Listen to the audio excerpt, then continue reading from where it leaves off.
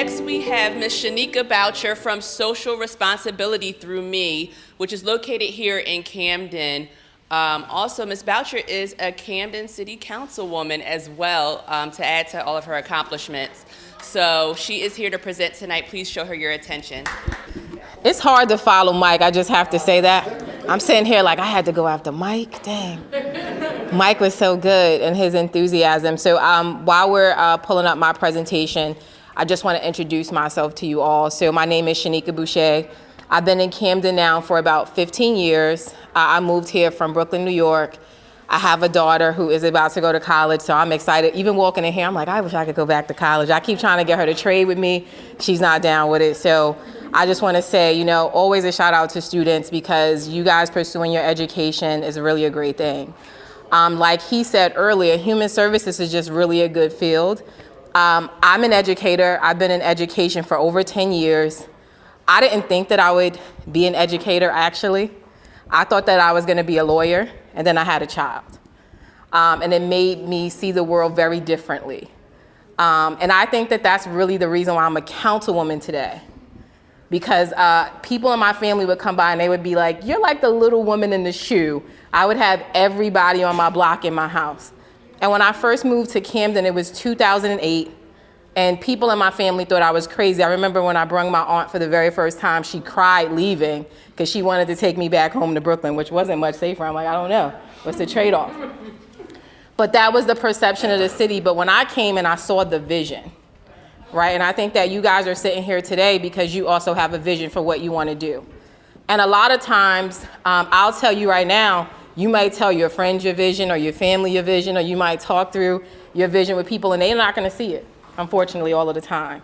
But you're going to know that there's a calling in you. And you know how you know even the times that you're unsure is because even when you walk away from it, it'll continue to call you. It'll land on you, right? Like those things that just keep coming at you no matter what happens. That's how you really know that it's your calling. So I started Social Responsibility Through Me right out of college, not really thinking much of it, but I knew that I was a Black woman and I went to college. I was the first person in my family to go to college. My parents were teenagers when they had me, so I didn't really get a lot of assistance in college, and I came in feeling like, man, there was just so many things that wasn't offered to me. And when I graduated, I saw immediately that there was a disparity for African American and Hispanics than other, I would say, races, as it related to job opportunities. So I started this nonprofit because initially what I wanted to do with it was to make sure that I filled that gap for others. So I wanted to start scholarships, and I said, look, poor Black students, you try to go to school, can't afford the books. So teachers are looking at you and you can't get that A in class because you may get, your financial aid may kick in 3 weeks later, a month later, your class has already started. Like those were some of the experiences that I had when I was in college for the very first time. And I couldn't call my family or my parents to help them understand that I was an accountant and they gave me $600 and that was 2 books, like that. They thought I was lying and I was like doing something with the money or whatever. So it made me really understand that I needed to do something. I wanted to start something that I thought would really help. Over the years, it really transformed. And it really was because of my passion to work with young people. And what I found was a lot of young people felt like they didn't have a voice. And they were really passionate about a lot of different things, but they felt like there weren't a lot of places where they could utilize their voice. And so we started to build in a lot of programs through what I call Social Responsibility Through Me, was just to give them that opportunity and to give them that voice. The reason why I picked the name Social Responsibility Through Me when I started my nonprofit was because I just really think as individuals, anything that we want to do really starts with us. And then, you know, through you, other things can happen for other people. And so that was really the reason why I wanted to start this work. And it sounded cool to me too, I just have to be honest, it sounded cool. I was like, I think it sounds cool. And so a little bit later, you started hearing in the corporate space this big thing about social responsibility. And a lot of people started saying, what does that really mean? What does it mean to think about giving back? What does it mean to want to give back? And so being here tonight really feels good for me because I feel like I'm in a room of people who think like me, right? Of what we can do to make other human beings' lives better? You know, how can we leave an impact on other people? And I will tell you in this field, right, like it was said by Mike earlier, you don't realize the effects and impacts that you have on people. The small little things. Like I just left kindergartners today, and nobody gets my name right. I was Miss Sheikah. They would rename me Meek, McCall. They call me anything they want to. But just doing little stuff with them every day, although they may drive me crazy and not listen, I gotta do timeouts, sit downs, and everything else. But before they leave, all of those kindergartners celebrate with me every single day. Whether it's kindergartners or 8th graders giving you a high five because they figured out how to build a bridge, you know, or whether you help somebody with math and you look at it a little sideways because you're like, was this new math? This is kindergarten, I don't know if I can help. And they want to keep bringing it. So don't underestimate your give back. No matter how small, if you find interest in working with organizations, you know, don't underestimate your give back because it really will be important to people who need it. And I'm certain, this is something that somebody said to me, so I want to say it to you guys before we leave today, before I run through my presentation. But there is somebody waiting for you to do that thing that you know you should be doing that you're not. So whatever it is that you're leaving on the table, if I had a piece of tape, I'll ask you all to just tell me, you know, from 1 to 10 on the scale, what are you leaving on the table? So whatever that is, I'm not going to do it tonight. I didn't bring my tape. I was running from those kindergartners. I thought I'd be here early. But if I had that tape, whatever's left, what you would rip off from 1 to 10, whatever number you would rip off in your mind, please know that you're leaving that on the table. Somebody needs it. I want to say it again. Somebody needs it. So if you don't have that motivation and that passion or the courage to take that step forward, then just keep that in your mind. Before I jump in again to my presentation, I'll talk to you guys a little bit about my councilwoman work. So that's a longer story, but I will say that it takes a lot of courage to be a council person. It takes a lot of courage to be in a political arena, especially in a time like this. It takes a lot of courage to be a woman in a political space at a time like this. And there's a lot of women in here, so I'm just saying that. And there may be people who are interested, who are thinking, wow, how could I be a council person? Well, I'm gonna tell you, I didn't know how I could be a council person either. It wasn't because I studied so many laws. It wasn't because I knew all of the council people or knew exactly what they did. I wrote a paper on it when I was getting my degree in public administration, similar to when I was getting my degree in accounting. I was thinking, it goes just like the book says, and in reality, it's nothing like the book tells you. You know, you get in, and there's so much more to learn. But the reason that I became a council person, and the only reason I got convinced to run was somebody in the community, because I was like, me? I have a lot to say. I'm a very opinionated person. You know, I'm a very strong-willed person, and the person that convinced me said, you're already doing the job. But it was the community service. It was the community service. It was every time that I volunteered with young people to be a mentor. It was every time that I volunteered to help some kids with their homework. It was every time that I volunteered at a community cleanup or at Cathedral Kitchen. I've been there volunteering. Or every time that I volunteered with the homeless, when I delivered bags of food to people who have HIV or immune compromised systems. It was all of those things that added up to lead me to councilwoman. It wasn't everything else or other processes or things that you see on television.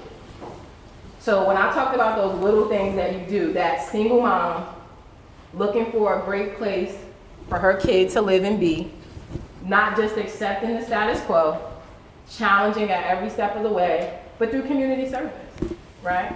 Saying like, if there's no safe places to play in my community, there will be. Sorry, I'm messing up my bad recording. I never record, this is why. But if there's no safe places to play, there will be. So raising that money, pushing people, like they said, partnering with people just to make sure that these community resources are available. When young kids were getting murdered in my community, on my corner, and I had 3 times where I felt the pain of losing young kids in the city. The first young girl was Ajane Williams, and I think she put me to action. 17 years old, going to a corner store to get a sandwich, 2 o'clock in the afternoon, came from school, got shot in the leg, and died. Didn't even know you could get shot in the leg and die. But then it was like no more violence in the community. We meant it.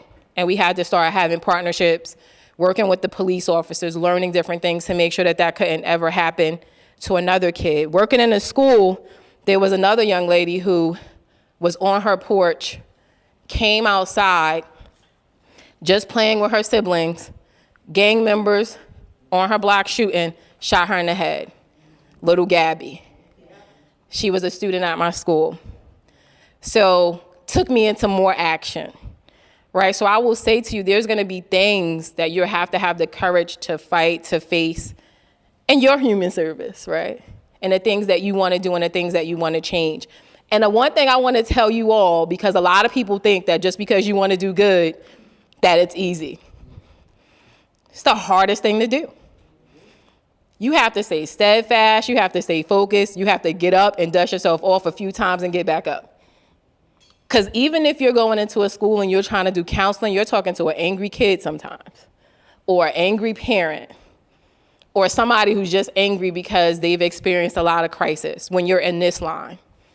So just prepare yourself to recognize that you're in this work because of a reason, and it's not gonna always be as rewarding as you think.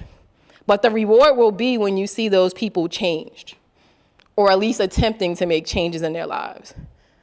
And they will recognize you. You're not gonna get those big probably accolades or awards every day that you go to work, but it will be meaningful and great.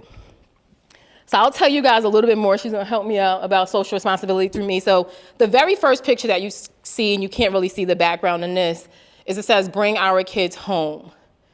And that message came from our students, and they wanted to start Youth for Justice because they learned that in the city of Camden, brown kids go to prison at a higher rate.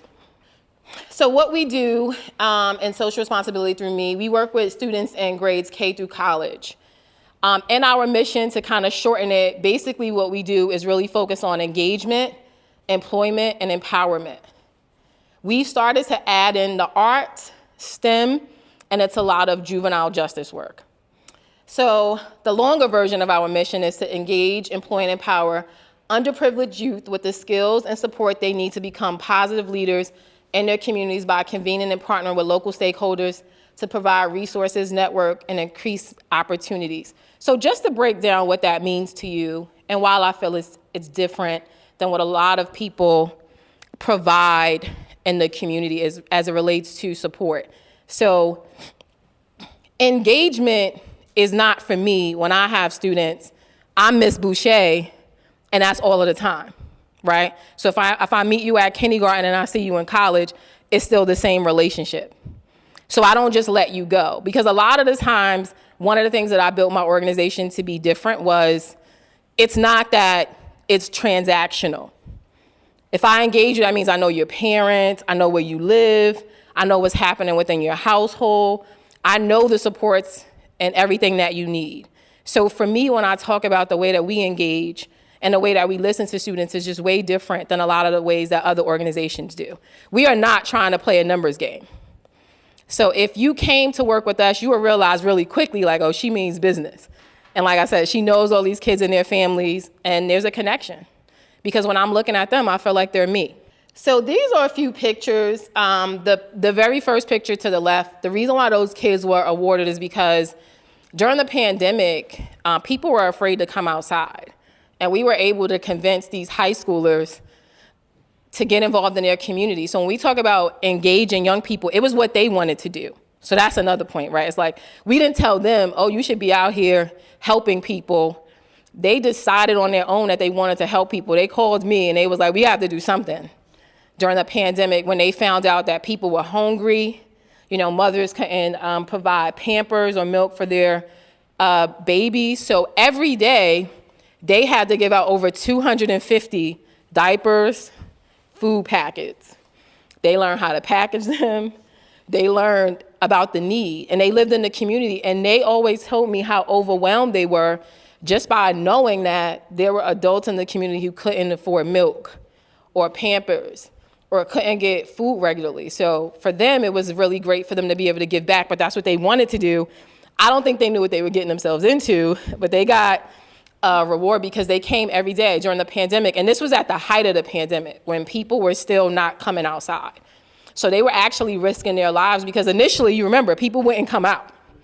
They were only like essential workers, and we had to get them special passes and things like that from their parents to be able to even be there. But they did it every single day during the pandemic. You see them sitting here, and this is at my office around the board table. I'll talk about why we do that with our students. It's called the Harkness learning style. Some people might have heard of it. They use it at certain universities or colleges or sometimes private schools, but it really is about the way that you talk to kids and how you bring everybody together to create a sense of community and belonging. So our after school program, right now we are working in 2 schools, and it's because I'm an educator. I used to be an administrator for a school district called Mastery, and they have schools in Philadelphia as well as Camden. I left during the pandemic and just really started doing more community work, but they called me back and asked me to come into the schools and like help with the after school program. So we run after school programs right now daily for students in grades K through 5. And what we're doing right now in the after school programs is really working with kids on a lot of stuff that you are really into, which is like their social emotional being. So every day we do a daily check-in with the students to see how they're doing. We are trauma focused, so we know that a lot of the kids that come to us have a lot of things that they face in the house. Like there are certain times, because I've been doing this work so long, that I could recognize a kid that's been abused. And sometimes in the program, their parents will try to make it seem like it was us. They'll come and show you a bruise that they supposedly got with you, but it was them. And then we have to figure out different things to do. But we work through what we call SEL, is social emotional learning, with the kids on a regular basis so that they can just identify feelings and emotions. And we teach them social skills because that's what the social emotional learning is about. And I think that that really kind of pairs along with what you do. So we are doing fun stuff because when I talk about kids in school, I don't want to make this all so serious, but we have a lot of fun with kids, especially in school. So everything that we do is really project-based, is extremely hands-on. We make sure that the kids are engaged and involved in what it is that they're doing, so we give them a lot of choice. Today, K through 2 said it was balloon day. So that was what we were doing, right? And when we were in with 3 through 8, they wanted to build boats. It rained a lot. They were thinking that they may need boats one day. They're hearing a lot of stuff on the news, so they kind of came in with this premise that they have to figure out what they're going to do if everything is going to sail away. And they keep hearing about global warming, so they want to know how to build boats. So we built boats the other day. So we jump into stuff like that. And we really did a bad job about a day ago trying to make, we were trying to make food, and we were really sitting there trying to make spring rolls. Nobody got one spring roll, but we tried. So we do cooking, and we do a lot of different programs and a lot of fun things with our students, and we have a lot of fun trying to do things. And that is really what we're about, right? It is about not just sticking to a curriculum with the kids, but it really is about doing something that they like, right? And failing at it too. So we teach them that that's okay, right? Like, hey, you can get it wrong. Now we made noodles, right? Like, went from a spring roll to a noodle, but we ate what we could, and some people ate nothing, and it was just fun. Memorable. So you may not be able to see this well, but the Youth for Justice program is a program that I'm very proud of, because this really came out of just one conversation with students, explaining to them the racial disparities of what happens to a brown kid versus, other kids in the state of New Jersey, and then in the county. And then when you look at Camden, it really kind of stood out. And so there was a lot of anger from our kids, and they just took action. So over the last 3 to 4 years, they created a program called Youth for Justice. And what they did, they put their advocacy into overdrive. So believe it or not, I'm telling you, kids from the age of 13 to 15 went to the state capitol and testified. They actually positioned themselves to get the state leaders to come here so that they could testify in front of them. They traveled to California. They testified in front of city council. They actually created laws, and they helped draft and gave input to the legislation that got created, which is called the Restorative Justice Hub. And $2 million is going to be coming to the city of Camden. And also, there's going to be $2 million going to 3 other cities in the state of New Jersey, including Newark, New Brunswick. But it was really because of the advocacy of some very small children saying like, hey, we don't like the fact that kids in Camden go to jail. Why put them in jail and spend, I think it was over $200K per person, and they only give schools about 15 to 20 something thousand per pupil to educate. So they felt like it was something wrong with that, and they wanted to make a difference. And they had the patience to do it. It took them 3 to 4 years to get action and traction. They also challenged the Attorney General. So we have different clips on our website where you may see them interviewing these folk because they're like, you wrote this thing and we don't like it. Let me tell you what I think should be in there. And they really take them, to town. They actually also met with the local prosecutor and gave him some feedback. So you'll see some things like that on our website, and at the end, that page will be up. But the Youth for Justice program is really about reducing the amount of brown children and children just in general who ends up in incarceration when we know that there's another route. So what they do is offer alternatives like programs, like nonprofits, like counseling, like mentoring. There's so many other things, as you know, as human service providers, that you could do with youth besides put them in prison, because when they go in and come out, there really isn't great results. So that's what they advocate for. And they've been successful. They even got a law passed in city council. That's how Ms. Helen is on that committee, because they created a committee for the city to say, you guys should know what's happening to our youth and be responsible and take action. So it's really great, the work that they do. So youth employment, these are some kids sitting in my city council seats. They thought that it would be fun to go there, but in the summertime, we provide a lot of different youth ages, 14 all the way up to 25, opportunities for employment. And a lot of times they come and work for social responsibility through me. Sometimes they also work with me at city council, but they do a lot of different things within the community. Last summer, I had interns work 29 community events from June through August.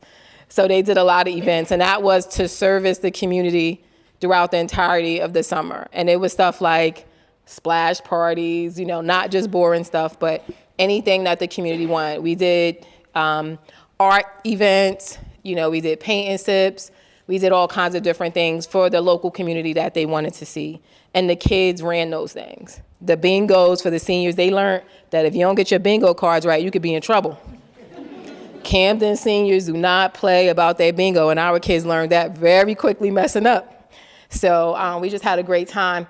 Internships, what we generally try to do, because again, we love to engage people and, get people where they are. A lot of the times, people that do internships come with us and work with us on any kind of programs that we have. A lot of it is community focused and community based. So sometimes we do partnerships with organizations that ask us to go out and do community work. So something that I'm gonna have coming up is really about environmental justice, because a lot of the times there are things in our houses that are harmful. Within the city of Camden, they do a lot of dumping, and they dump things that have a lot of carcinogens, and it causes cancer, respiratory issues, asthma. A lot of people in the community are dealing with that, so we're gonna have interns go around collecting data at people's homes so that we can start to track it, and we're doing a research project with Rowan, staff at Rowan. They're helping us do some of that research. So that'll be a really cool project. And we generally have a lot of different things that really come up that people ask us to get involved with in the community. Some of the other internship opportunities are within the schools and working with students, sometimes sitting down with students that have IEPs. When you go into the schools, one of the things that drives me nuts is that the students will tell you that they have not just like IEPs or 504s, they'll give you a list of letters. And you're like, who told you had? They like, I got A, D, B, B, C. You be like, what is that? So a lot of times, sometimes they have our kids, I think, self-diagnosing. Because when you actually go talk to our team, they'll say they don't have that. So we are gonna be bringing in interns to work with the students who do, just to make sure that they get great services. So we'll probably be doing stuff like that. And then sometimes we bring interns in that wanna work with the Youth for Justice program and learn how to advocate, learn how to work with elected officials, learn advocacy work. And then sometimes there's interns who say like, I wanna take on something else. And then sometimes we just take on different projects. So that's how we engage the community. But it's generally something that the community has interest in. So how we really build the culture of social responsibility through me, as I mentioned earlier, we use social emotional learning. So when you come to work with my organization, the way that you speak to people in general, your attitude, all of those things are important to me, how you treat people. So, we use the principle of SEL, making sure that we are aware that in the communities that we serve, people are dealing with trauma. And we don't want to inflict any additional by triggering them when they're already in a triggered state. And so our approach to working with the community is a little bit different. And we do a lot of training. So like if you came in, you would get training. So you would know, what our expectations would be in terms of how to work with people who are kind of experiencing that. So when people tell me, when we say we do a regular check-in of how you feeling, and I'm pretty sure if I went around the room right now, I'll probably get 20 goods. And then I'm like, okay, well, now that we know that we have an established group of liars, how are people really doing? And then we start having a conversation. Because if you don't realize when you just say good, that is a trauma response. So we start teaching our staff that that's a trauma response. When you're not good, but you're good because you have to say that you're good because that's what the expectation is. And, we can't get anywhere. But if you're in front of a group of students who are not good and you're not good, but you're good and they say they good and they not good, then we really in trouble. And that's the reason why I say that the work that we do is extremely important, because we come in knowing that, and knowing that we have to do something about it. The PYD, I think, is a little bit of a newer concept that people are starting to call out. It's not very new, but people are starting to use it, and it's called positive youth development. And the premise behind PYD is just really about this belief, like I said earlier, students have the right to say what they want to do. They have the right to give input on the things that we're doing that's in their name. So we're saying we're doing things for youth, but then they have no right to say how they want it to be delivered to them, how they could participate in it, go sit down, be quiet, right? I'm pretty sure. Any of you heard that? Well, it doesn't feel good, and we know that it's not good, because what we learned is that when we allow them to give input into what they want to do, they are better participants. So those behavioral problems that they like to say that you run into, you can run into them with PYD, but you run into them a little bit less. Because in order to get respect from people, sometimes they have to feel heard and like you care. So PYD, our principles that we teach in our culture is that the youth have a voice. They have a right to be heard. We are still authority, and we can still have authority, but in the way that we do it is with respect. Like I could literally sort of tell a kid, like, there is no way that I'm going to do that, but have a nice day. That was good. That was a good idea, but we're not going to do that today. There's a different way that we speak to them, in our culture, just to make sure that they feel heard and respected. And then the last one is the Harkness style. And I picked that up from a lot of private schools, because I do feel like it was mentioned earlier by Mike, that private schools have a lot of leverage to be able to do a lot of cool things. And in the Harkness model, when I was going around, I had the privilege of taking my daughter to a lot of different schools that were private schools that I couldn't believe, but they were putting kids around like boardroom tables, and it was a very small group, and they gave them an issue and they got to discuss it, right? So there really wasn't like any problem on the board that they were solving for. They were saying that there's a lot of multiple solutions. So they were letting them figure this stuff out. And the teachers were sitting watching them figure it out. So in my program and after school programs that I run, or the programs that I do, the students are the leaders and we're assistants. So we don't have to tell you what to do. We don't have to tell you what to think. We can just figure out how you got there. Because that really is true, what I think is critical thinking building.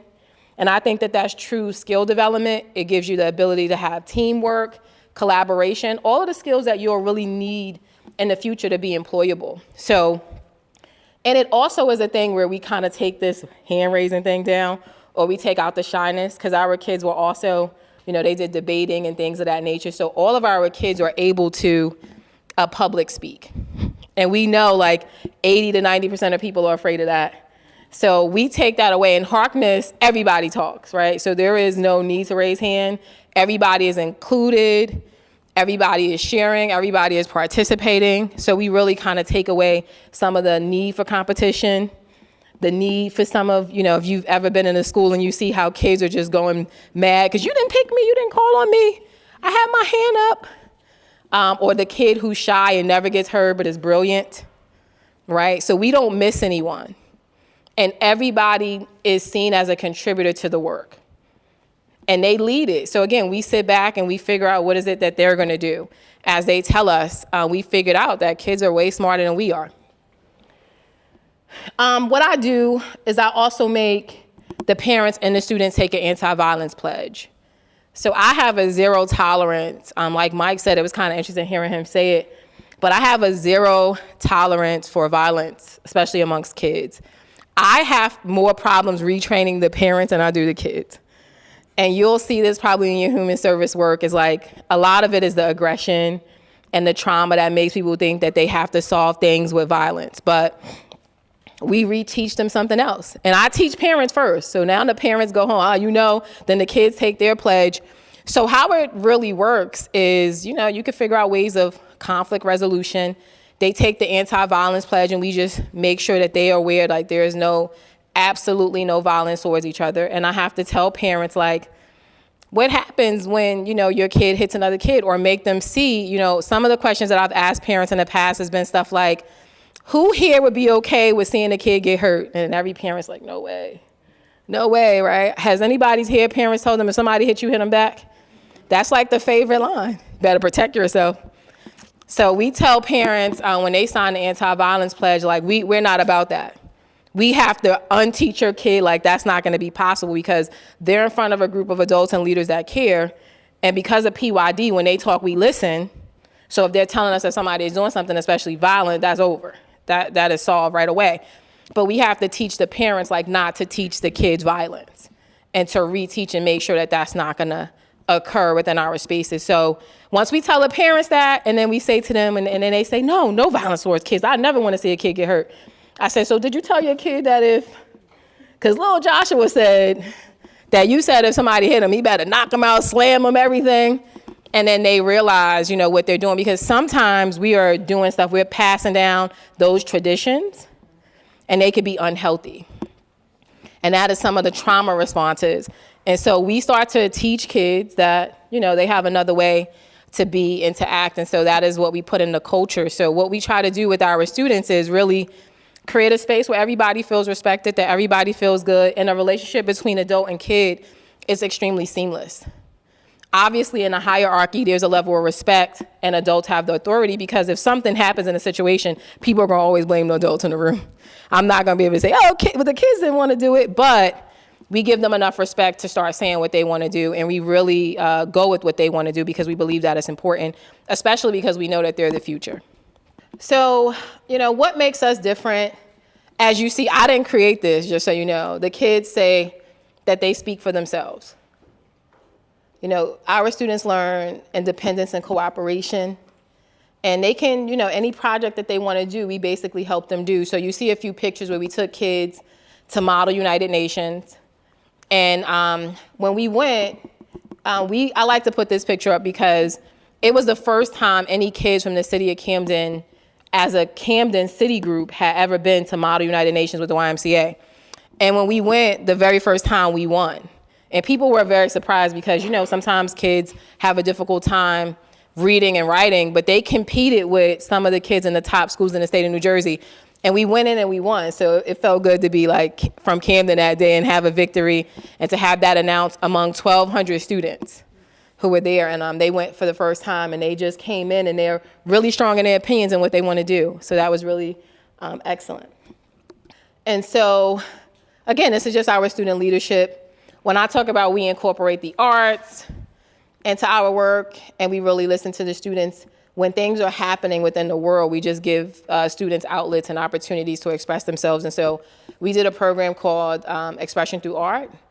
And sometimes that meant even T-shirts or whatever you guys are wearing. Like, what does it mean to you to wear whatever you have on? Your style is representative of your voice. And sometimes people put stuff here. They say poetry, they have writing, they do a lot of different, they make videos. And all of those things are important in their advocacy, right? Because you could wear a t-shirt, like when I was doing, one day when we were on the panel, I wore a shirt that just said nah, and then at the bottom it said Rosa Parks, right? Like that was explanation enough. So people could get my point when it was something happening. And so we taught them that there's a lot of ways, to represent their voice. And as you see, those are some of the different things that matter to them. And these are all different grades. Like I said, as you see, there's kids of different levels. But this little baby over here, when we told her what happens in the prison system, all she could make was a mad face. Because everybody is not going to eloquently be able to say, I'm really mad at this. We explained it on her level, and I didn't go in front of her and explain it. It was the kids that went and taught the lessons, but she knew she was mad. You see how red that face is? She wanted people to know, her feelings. And this other young lady, when she found out, she just drew, she was sad. She just drew, and this little kid's in prison, and she just couldn't believe it. In her mind, she just didn't know. And we had to tell them the little things that kids go to jail for. The little things that they do that they potentially could be in prison or incarcerated for. They just were unaware. They didn't think that kids go to jail. And a lot of times within our community, it's a level of not knowing and ignorance that really lands our kids in trouble. And sometimes they don't get second chances that get afforded to others because of finance or different things like that. So we have a lot of fun, but you see our kids and they're not shy. They went to this big carnival full of over 500 people and was stopping people and educating them on the spot. So our kids are not shy. It was that important to them. We're going to stop everybody here, get some pictures with people and tell them. They was giving out one-page sheets. And after George Floyd, my students were active. They went out in the community. They did this probably a few weekends in a row where they created a one-pager. They created a one-pager that said, this is how you get home safe. That was important to them. So we went out and we gave that out to over 600 residents because, like I said, they bugged us. And then they created poems that they wanted to share with people that we gave out to the community also. But they were just stopping people and they were letting them know. But they created their own campaign. And it was, like I said, as a one-pager with 10 things on it that said, get home safe. So we just do a lot of cool things. And we partner with others because when you have a mission this big as it relates to engaging, employing, and really kind of impacting the community, you can't do it alone. So in our organization, we generally partner with so many different partners. I didn't put them up here because it would just be too hard to name. But we do partner with so many different organizations, including, like I just said, Rowan and Rutgers. They do research with us. We partner with prosecutors and lawyers and mayors of different cities, governors, all kind of people up and down the scale, Congress people. We have hospitals. We just do a lot of work with different organizations because, wherever the need is, that's where we try to go. But again, when you're working with youth who are impacted, we may even have to visit a prison. One of my favorite projects that I did with the kids is they got wind one Christmas that the kids who are in the juvenile prison in Camden County weren't going to get any Christmas gifts. To a kid, that is like a death sentence. And they gave us a list of Christmas gifts that was like the list that you give your parents. And I was like, oh God, there's no way that we're going to be able to do this. And we only had 3 days to raise the money. They raised $1,500 in 3 days. And the prison had only asked us for about $800 to get all of the things that they thought we can get. But we raised $1,500 in 3 days. So these are determined kids from Camden. So that's what I always have to tell people, because then the reputation of the city, the thought process that the people here don't care, or that they don't care about each other, that they're not educated to know what they need best. What I found is that when you let the people who live in the city do what it is that they know to do to help the people that they know how to help, you really see good results from that. Faster than when you bring people from the outside in. But I don't think any of you as outsiders, even if you don't live in Camden, because I think that once you have the courage to come in and for the work that you want to do with people, it's a blessing to have you. It's like brethren, right? Like, that's what we say in the Caribbean community, brethren, right? Like, come on in. Like, in other words, we invite you in. And so if you have questions, this is my contact information. And that's information about my organization. our social media handles. I'm always around, and again, if you had different questions about me as a councilwoman, you can find me too on the City of Camden website.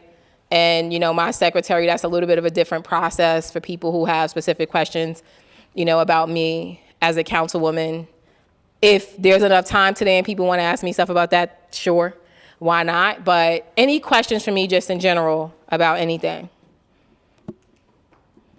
Yes. As being a councilwoman and with the anti-violence thing, we have to really express to kids, especially in the state of New Jersey, that self-defense itself does not exist in the law. So when it comes to anti-violence, we have to be really careful with that. No, not at all. You know why? Because kids don't care if I'm a councilwoman. They like, council, huh? Like, they don't really get it unless I'm talking to, the kids who are working on the Youth for Justice. And then they know way more about the law than I do. They're way more, so when I'm telling you, like, they sit down with it, everything. And they go through different things. So I'll just give you some, like James, like there's a prison right now in the state of New Jersey that has 4 girls. That's it. And they don't want to close it. So our kids were advocating that they close it. The response that we got back was that they would have to fire 500 people. That's how many people that they have working at the prison for 4 girls. I'm not going to call that prison out right now. I'm not going to do that. But I'm just saying, right? So when you are fighting this fight and they're fighting to close prisons, because those 4 girls could have been put into what we call an alternative program. So that's what we were fighting for. And when we were working with the governor's office, when they put out the hub, they kind of almost promised and guaranteed us that they were going to be looking to close prisons. They're going to build another one. They're going to build they was like, well, we build a newer one. And I was just completely against a lot of the advocacy. So they said, so what you want, a better prison? Because they're like, well, where do we house the people who have really violent crimes? But the truth is, it was only like 2 that actually had like really violent crimes. And the other 2 didn't. Like, they could have been put in the program. And so, any other questions? Ms. Boucher, can you just clarify to the students if they'd like to apply or seek out internship opportunities for the spring, how they would go about that with social responsibility? So here's my email address. So if you were interested in working with our organization, you could always send me an email. You can give us a call. If you call that number, you're probably going to get somebody else that works for them, and they'll direct you or redirect you to me. But the best way to get a hold of me is really send me an email. Tell me what you would be interested in doing out of the programs that you heard. If you need me to repeat them for you, because I know going through these presentations, it gets crazy, long and long-winded, so you might have missed some of the things that we do. But if there's something that you also have in mind that you would want to do with kids or in the community, then that might be a good place, because like I said, we're always working on a lot of different things, but a lot of it is justice related, as you can see.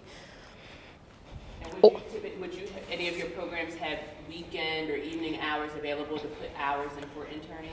Sometimes we do. We don't have as many weekend hours, but we do have a lot of evening hours available.